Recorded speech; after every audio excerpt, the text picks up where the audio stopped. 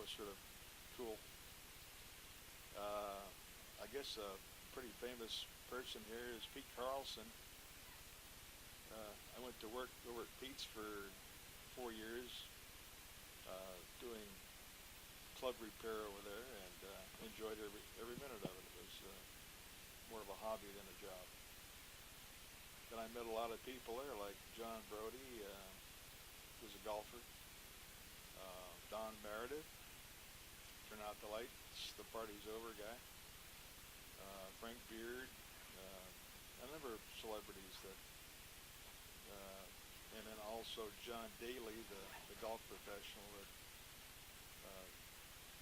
has had a brilliant career but has recently struggled a little bit, but he's coming back. I guess that's about it. Groucho? Pardon me? Can you say something about Groucho? Groucho? Can you say something about that? Well, Music deal. yeah, the club had an evening entertainer called Bill Marks, who was the son of not Groucho, but Harpo Marx. And he entertained us with stories about Groucho and his brothers. So that was a lot of fun. But the club is very active. They have a lot of activities going. Every Tuesday is special food pasta night or taco night or hamburger or whatever, ribs. And then Friday is always prime rib. And if I don't show up, I get a phone call the next day from my friends, ask me where I was, am I okay? So that's nice to be thought of. But I'm play golf 3 days a week here now, and gradually getting back in the 80s after shooting in the high 90s for a number of years. So I'm pleased about that. How's your biggest fish story? The biggest fish story, well, on the cruise to Mexico back in 2004, if my memory serves me right, we pulled into Cabo, San Lucas, and of the many things that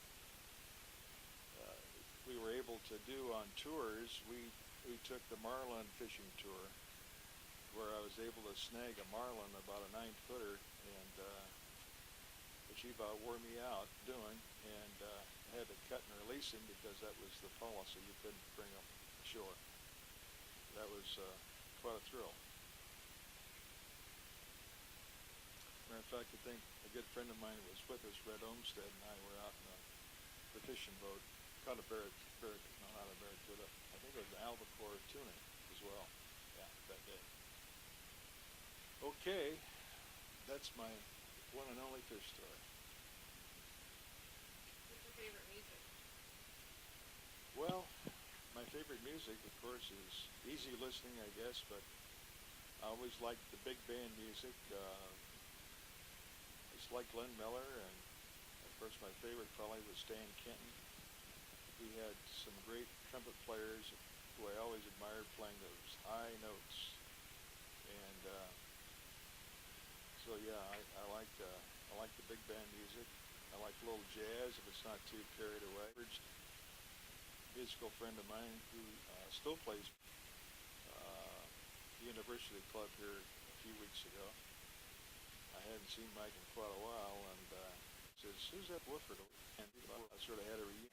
Mike was interviewed to a Tribune not too long ago on music and how he got started, and because he did back up like famous singers like Ella Fitzgerald, played for Dizzy Gillespie and his band, and a lot of very, very renowned bands. And I was sort of pleased he mentioned Richie Higgs and the Pastels was his first gig down in San Diego. And of course we were a dance band, and he not too long after that pursued jazz, which is what he's famous for. So hi Mike, nice to see you again. Why don't you tell us you wrote a Higgs family history book. Why don't you tell us a little bit about the book that you wrote, what inspired you, and if you were going to tell your future 8 generations where they came from. 2003, I think, was Christmas of 2003, if I remember right, and my son's place, Jeff. The grandkids, of course, seen them, and Jeff mentioned, I was telling a story about my dad, one of his, and he says, you know, Dad, if you don't document some of these stories when you pass on, if you don't mind, why don't you take a few minutes and write some of this stuff down? And well, I really got carried away. Family found out that family tree-wise, Charles and Mark were connected with it. I'm sorry, who was born in 1735. Well, switching back to the English Higgses, there's a record of John Higgs being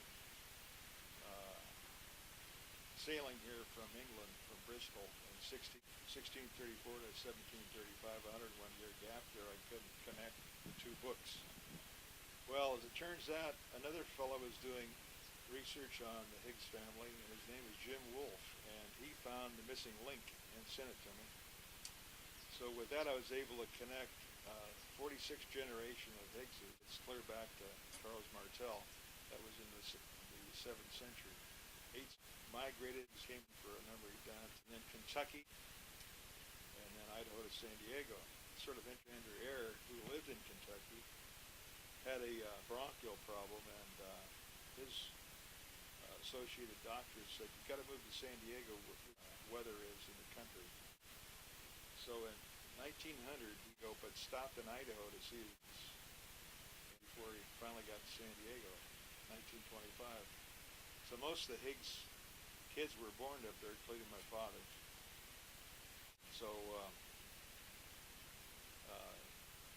that's what my son Jeff wanted me to document. So I wrote a book called The Higgs Family from Camelot to California, which is a historical record in a broad perspective. Gave all my grandkids a copy so that they'll have a record of where their ancestors are from and who they were. So I guess that's my legacy to my family, is writing down the history of the Higgs family in that fashion. It was an interesting project. I hope they appreciate it. Grandpa Doc was born in the 1870s, I believe. 1870, yeah. That was when he was born. And then he was raised in Kentucky. Yep. On a plantation. The Civil War was on. The Civil War just ended in 1865, I think it was. So he was born just after the Civil War.